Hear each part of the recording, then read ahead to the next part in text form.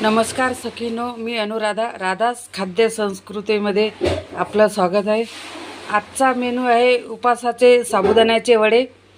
तर चला पाहू आपण या साबुदाण्याच्या वड्याला साहित्य कोणते लागते ते पाहू.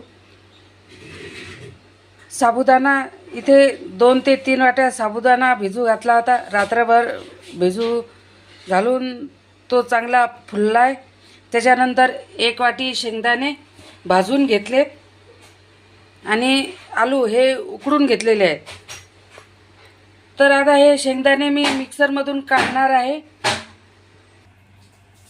इथे शेंगदाणे बारीक करून घेतले मिक्सरमधून.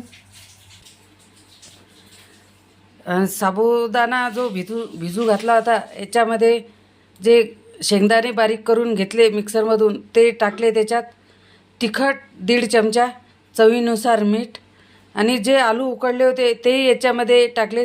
सर्व जे केलं होतं आलू उकडेल आलू, शेंगदाणे बारीक करून, तिखट हे सर्व मिक्स केलं, याच्यात एकजीव केलं आहे. आता चला तर आता वडे करूया आपण. अशा पद्धतीचे वडे तयार करून घेतलेत मी. तर आता हे वडे आता तळून घेऊया. इथे कढईमध्ये तेल गरम करायला ठेवलेलं आहे. हे वडे जे तयार केलेले ते आपण तळण्यासाठी कढईत टाकणार आहे.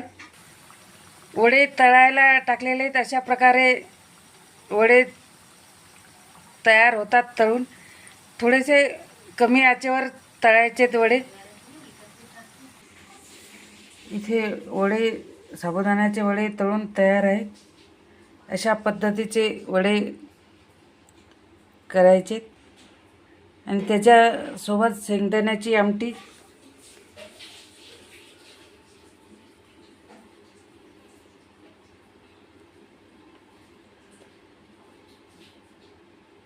उपासाचे वडे, साबुदाण्याचे वडे.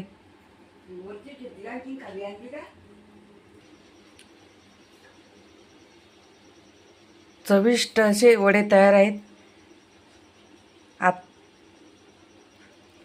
आजच्या मेनूला म्हणजेच